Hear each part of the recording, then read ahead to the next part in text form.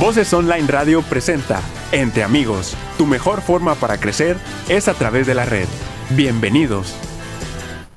Hola, ¿cómo estás? ¿Cómo han estado todos? Qué gusto volverlos a saludar por esta red social que se llama YouTube. También lo transmitimos en vivo por Facebook, en Voces Online Radio y en el canal de Entre Amigos. Te recuerdo que estamos transmitiendo desde la ciudad de Monterrey, en la calle de Platón Sánchez, 123 al norte, en el centro de la ciudad. Este programa va dirigido y tiene una calidad muy especial porque normalmente traemos a especialistas muy renombrados de la localidad y a nivel nacional para tocar un tema que sea de interés tanto para ti, que eres que nos escuchas, como para los médicos también, que tengan un refuerzo y una exposición de un tema que les va a ayudar en su profesión. Últimamente el embarazo se ha dejado a otra edad, entra a una edad mayor por la mujer que quiere independizarse, que quiere seguir adelante y quiere profesionalizarse. Qué bueno, esto es algo fabuloso para la mujer, pero tenemos un tema que puede ser un embarazo de alto riesgo, y para eso he invitado yo al doctor Luis Alberto Pujilese de la Fuente, el doctor Pujilese. Él es ginecólogo, es especialista en ginecología y obstetricia en la unidad de medicina de alta especialidad número 23, aquí en el Seguro Social, en medicina materno-fetal. Está adscrito a la unidad de medicina materno-fetal del noreste y es el profesor titular de la subespecialidad de materno-fetal de este hospital de alta especialidad, que es la Gine 23, así se le conoce aquí en Monterrey. Y pues para él, pues voy a tocar un tema muy importante, el embarazo. Doctor, muchas gracias por venir. Muchas gracias. Luis Alberto, te lo agradezco. Ya estamos haciendo una entrada sobre lo que viene siendo el embarazo, y ahora el ultrasonido nos ayuda mucho, y el embarazo lo podemos dividir nosotros en 3 partes, 3 trimestres, ¿sí? Correcto. ¿Qué es el ultrasonido del primer trimestre y a quién se debe realizar? Muchas gracias, doctor, por la invitación. Pues mire, tenemos, obviamente, como nos dio en la introducción, nos habla que las pacientes actualmente ya están postergando su fertilidad debido a la independización que tienen, y pues obviamente están dejando los embarazos con mayor edad materna. Entonces nosotros realizamos un ultrasonido en el cual se debería realizar a toda paciente, toda mujer embarazada, independientemente de la edad. ¿Por qué? Porque podemos hacer determinaciones en general de muchas alteraciones, e incluso podemos ver embarazos propiamente normales o sanos. ¿Qué quiere decir del ultrasonido de primer trimestre? Que vamos a realizar un ultrasonido durante los primeros 3 meses de embarazo, en el cual podemos identificar la viabilidad del bebé, en este caso la vitalidad de este embarazo, que esté vivo el bebé, verificar si en realidad viene un solo bebé o son gemelos o un embarazo múltiple.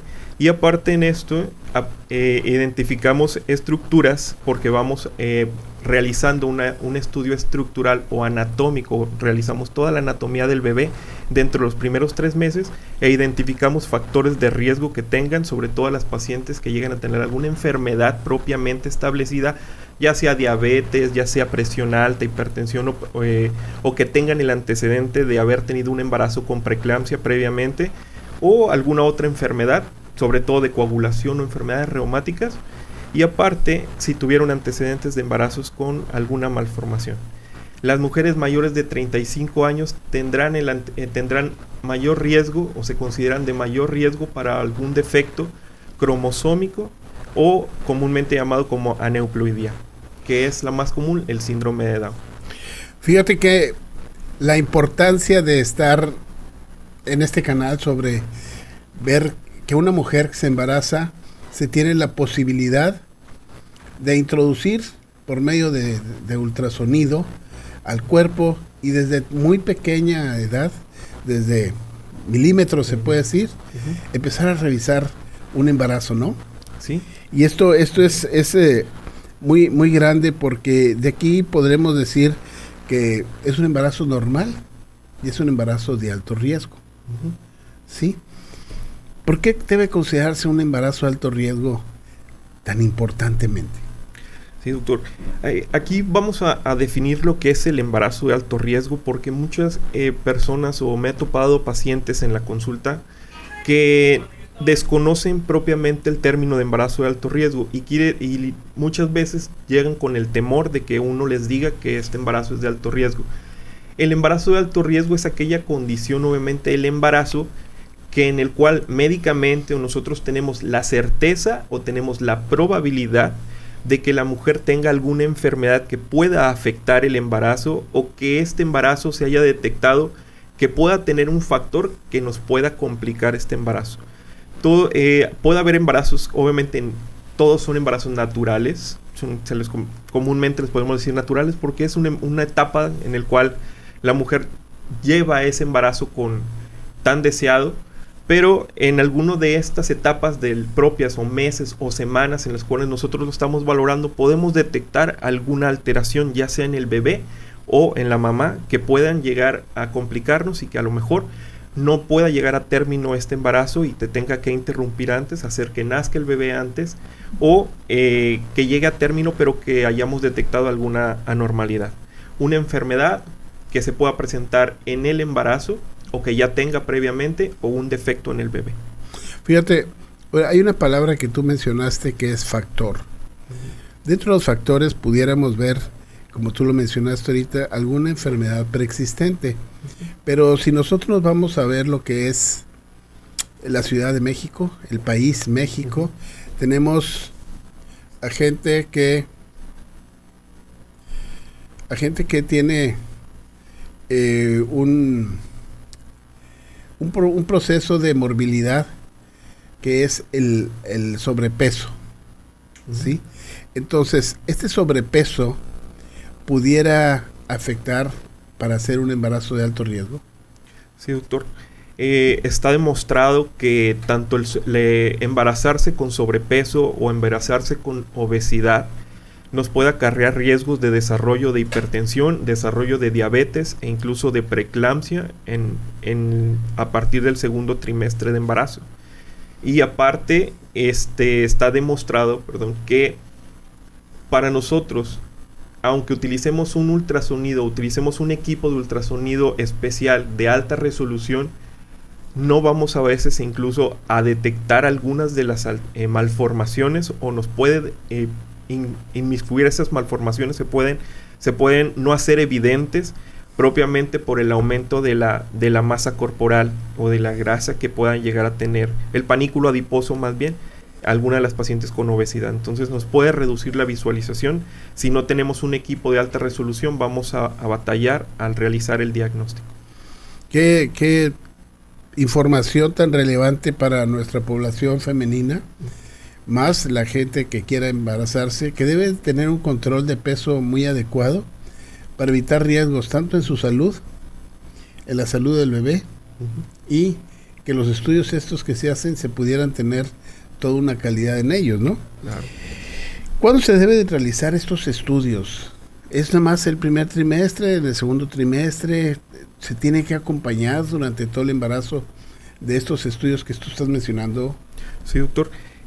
Obviamente el ultrasonido de primer trimestre comúnmente nosotros lo llamamos como genético, o en sí la mayoría de la comunidad médica lo conoce como genético, porque precisamente dentro del estudio propiamente de la ecografía o del ultrasonido identificamos o buscamos intencionadamente algún marcador específico que nos haga sospechar de alguna enfermedad cromosómica, ya sea la trisomía 21, que es el síndrome de Down, la trisomía 18, que es el síndrome de Edwards, y la trisomía 13, que es el síndrome de Patau.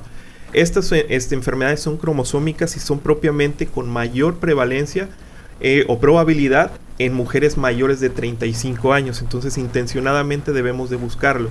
Existen no nada más estas enfermedades o nada más este cálculo de riesgo, estos riesgos de estas enfermedades las vamos a buscar en el ultrasonido de primer trimestre. Vamos a buscar la vitalidad, aparte vamos a buscar la corionicidad, como les dije, que es buscar el número de placentas o cómo se encuentra implantada en los embarazos cuando son gemelares. Buscamos la anatomía propiamente del bebé. Y debería de realizarse normalmente entre las 11 y las 13.6 semanas. Podemos incluir lo que es de las 11 a las 14 semanas para poder hacer este cálculo de riesgo. Existe otro ultrasonido que es en el segundo trimestre, que realizamos entre las 21 y 24 semanas, que es el ultrasonido propiamente anatómico o estructural, en el cual las pacientes que ya tuvieron factor de riesgo las vemos de forma intencionada para buscar específicamente alguna anormalidad estructural, una malformación cromosómica, una malformación genética, una deformación en el bebé, o buscar marcadores de segundo trimestre para síndrome de Down específicamente. Fíjate, tú estás en una unidad de alta especialidad que viene siendo el Hospital de Ginecobstetricia número 23. Normalmente ahí van referidos los pacientes ya en unas semanas adelantadas, en una edad gestacional adelantada.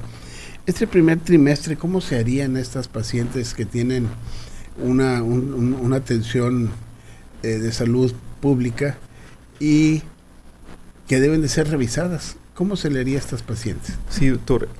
Toda paciente que debe desde el momento en que se da cuenta que tiene una prueba de embarazo positiva o que ya sabe que está embarazada, debe de acudir a su unidad médica.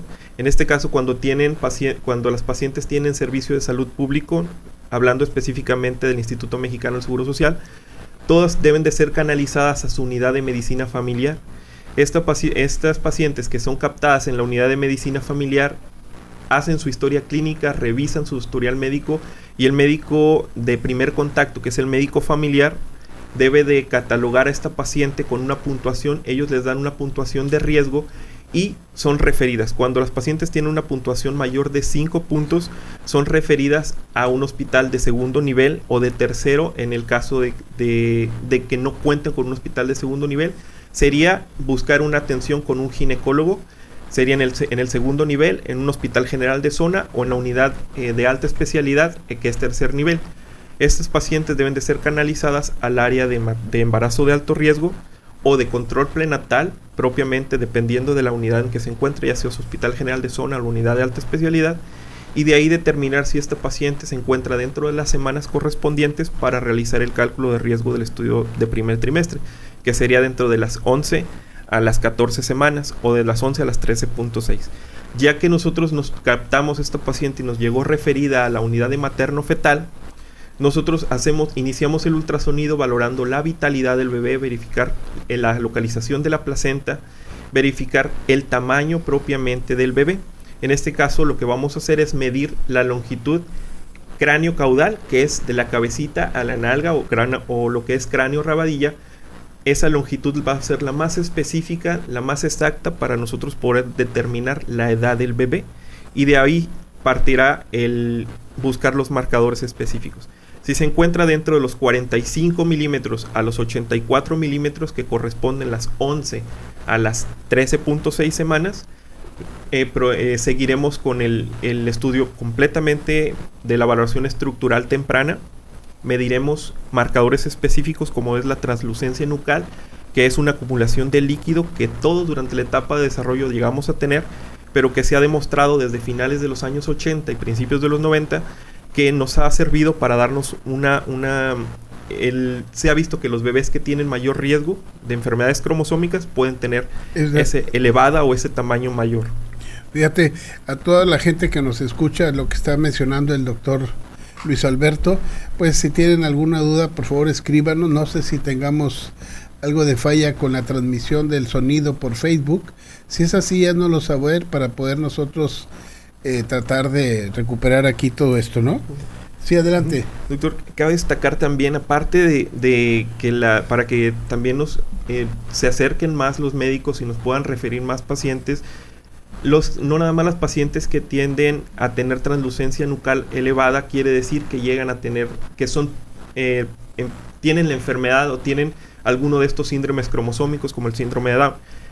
Los bebés que llegan a tener problemas del corazón, como alguna cardiopatía estructural, las mamás que tienen el antecedente de una cardiopatía, que se embarazaron con el antecedente de haber tenido una enfermedad del corazón congénita, o el papá del bebé que tiene el antecedente de una enfermedad congénita, estos bebés deben de ser estudiados para poder identificarlos, porque también la translucencia nucal se eleva en padecimientos del corazón. Fíjense qué información tan relevante nos está diciendo el doctor Luis Alberto, porque pues es el principio de un embarazo en el cual vamos nosotros a saber si este embarazo viene en mejores condiciones, que es lo deseado para toda pareja, principalmente para la madre, el saber que su bebé esté completamente sano, ¿no? Aparte de todo lo que has mencionado, ¿cuál es el riesgo de tener un síndrome de Down? Sí, doctor. Como les mencionaba, toda mujer mayor de 35 años va a tener mayor riesgo de padecer algunos de estos enfermedades cromosómicas, porque ya vienen determinados desde la etapa de desarrollo de los óvulos que ellos van a producir durante su vida reproductiva, ¿sí?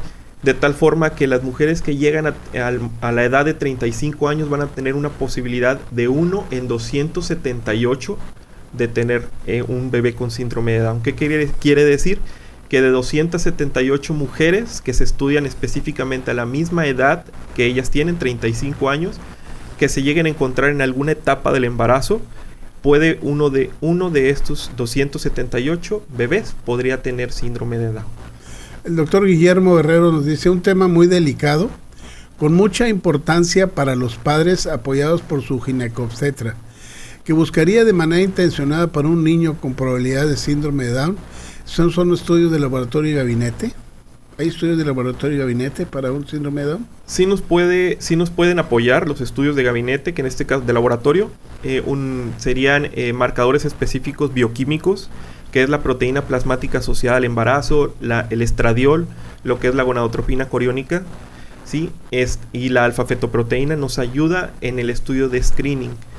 ¿Qué es un estudio de screening? Es un estudio o de tamizaje para detectar alguna enfermedad o factor de riesgo. O sea, este ultrasonido es un estudio de tamizaje, se debería de realizar a toda mujer embarazada, independientemente de que tenga mayor de 35 años, y obviamente ellas con mayor razón, pero las adolescentes también se les debe de tamizar. O sea, toda mujer embarazada en cualquier etapa y cualquier edad materna debe de ser tamizada.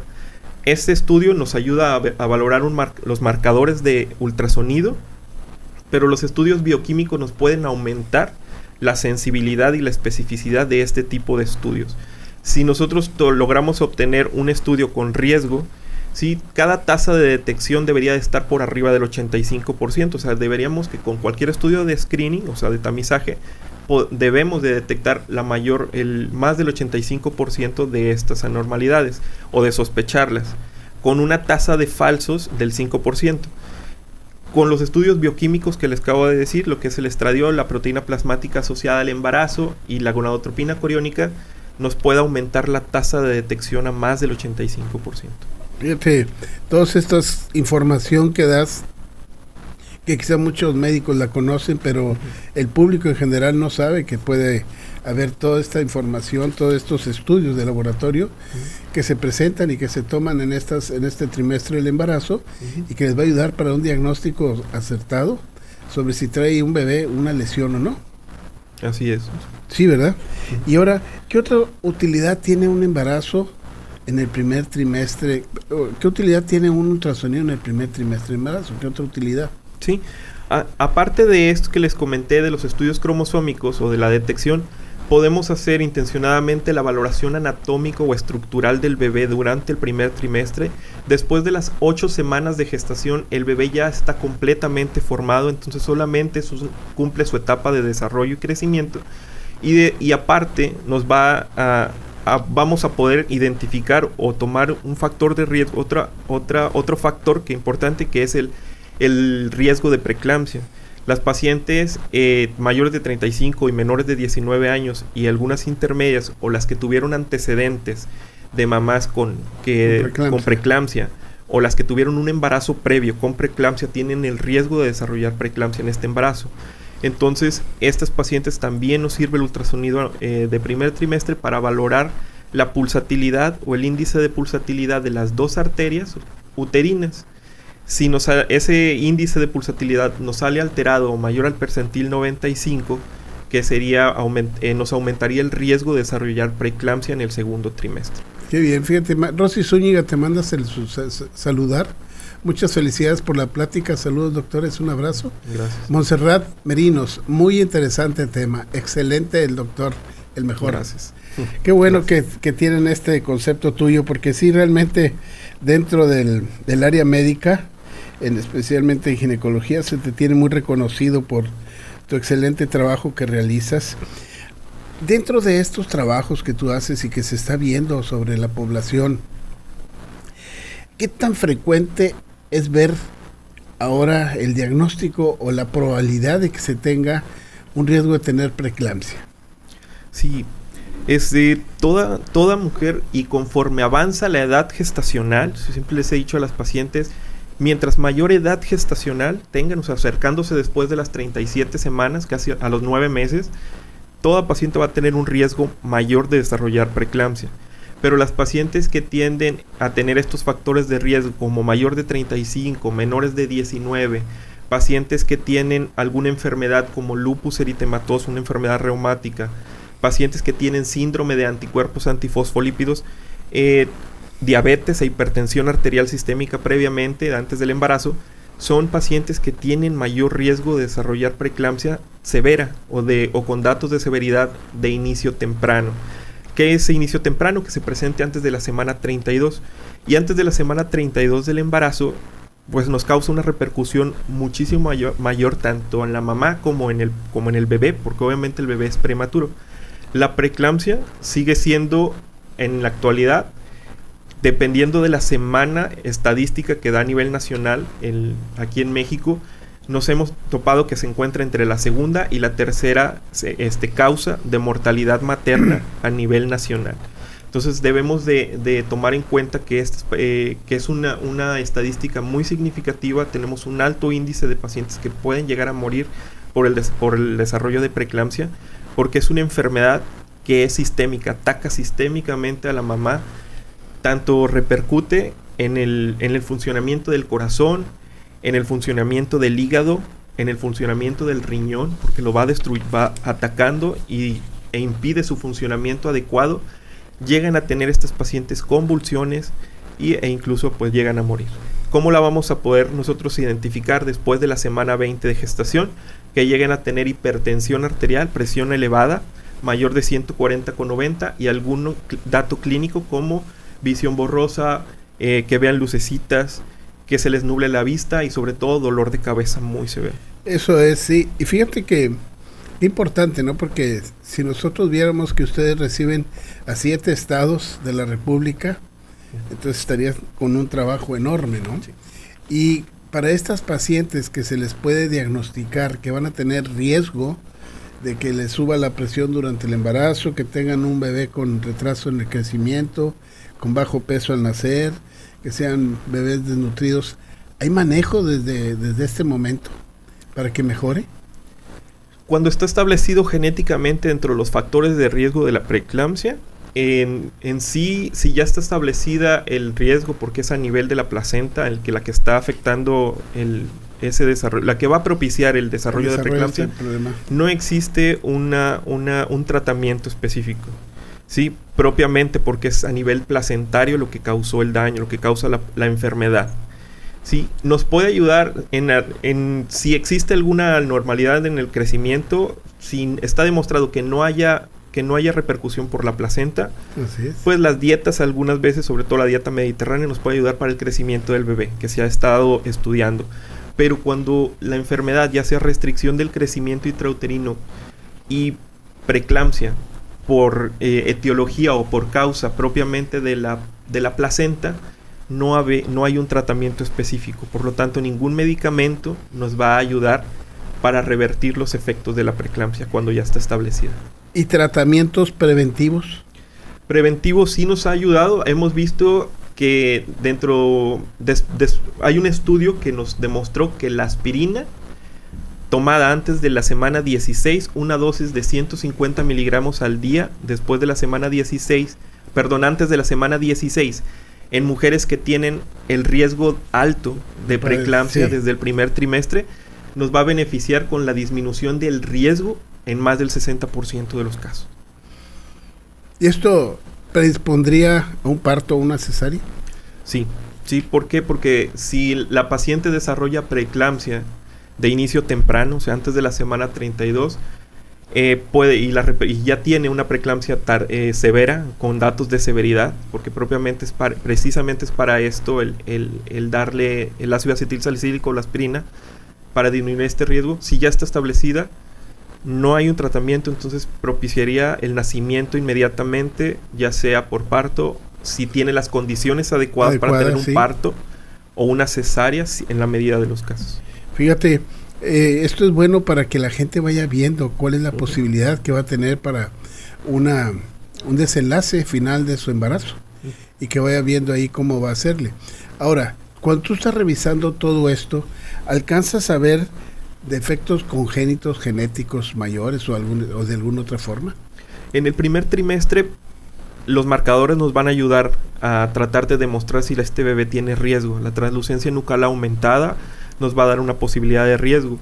La ausencia o visualizar ausente o presente el huesito de la nariz, que es el hueso nasal, si está ausente, obviamente es un marcador que nos va a ayudar todavía más a aumentar la posibilidad del riesgo de tener un defecto congénito o genético, en este caso cromosómico.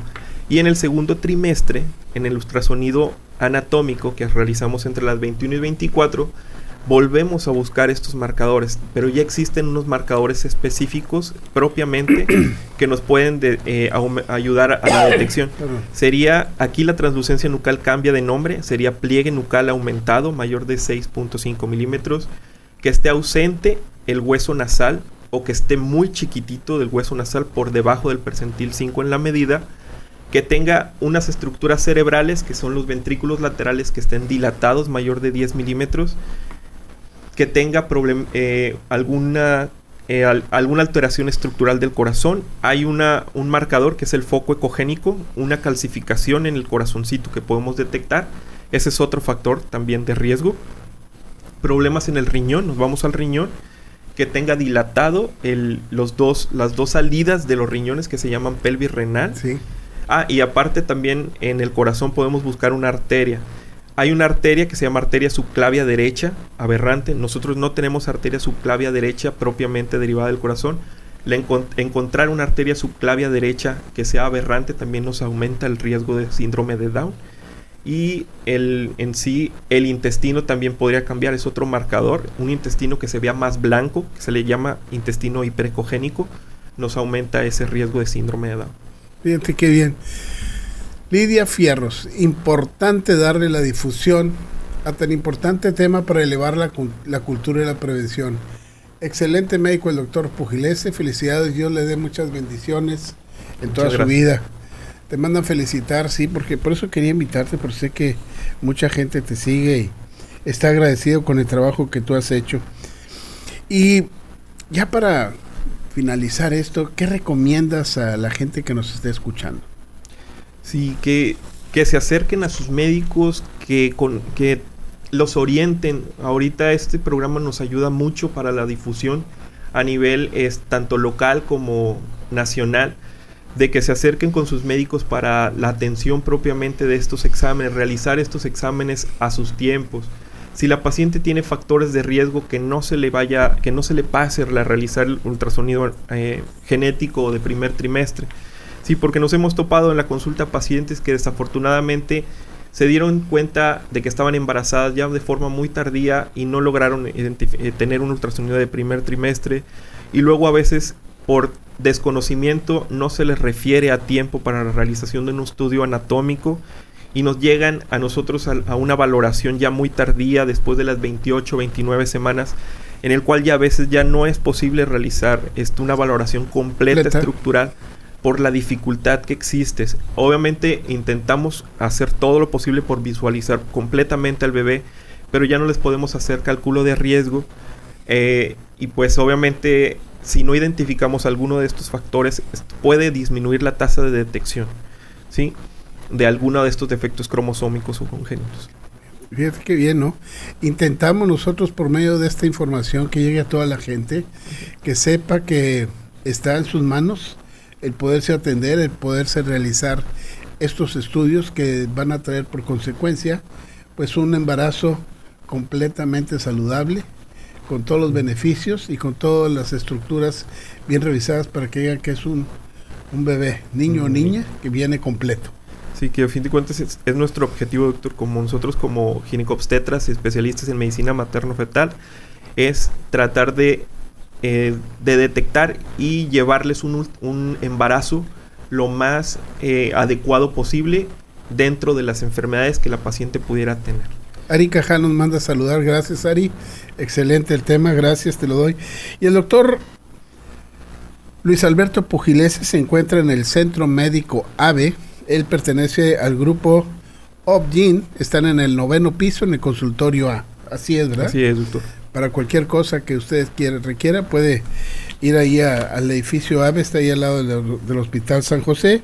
Su teléfono es el 818-259-5478. Yo lo divido siempre el teléfono en 3 partes. Los 3 primeros números, los segundos 3 números y los 4 últimos números.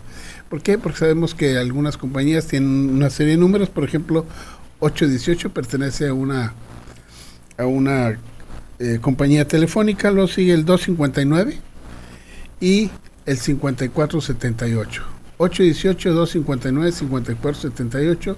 Se lo prende uno muy rápido para poder hablar con el doctor Luis Alberto. Doctor, muchísimas gracias por este tema y la información que nos has dado.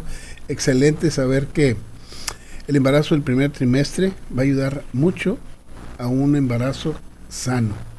Detectar malformaciones y ponernos a trabajar con estas malformaciones que se presentan para que se puedan revisar y llevar, si se tiene algún problema, pues poderlo resolver cuanto antes. Muchas gracias, doctor, por la invitación y por la oportunidad que me dan para poderles hablar de este tema, que en realidad es muy importante, y para nosotros como materno-fetales la verdad es pues tratar de hacer el pan de cada día con estos estudios. Así es. Gracias a todos ustedes. Les recuerdo que estamos en YouTube. Si nos puedes dar una campanita ahí, un clic en la campanita si te gusta, nos compartas por favor, porque es información que sería prudente que llegue a toda la población, en todos los estados, en todos los ámbitos, para que ustedes puedan estar bien informados. Te recuerdo, yo soy Roberto Córdoba y nos vemos aquí el próximo martes. Hasta pronto. Voces Online Radio presentó Entre Amigos. Tu mejor forma para crecer es a través de la red. Escúchanos en la próxima emisión.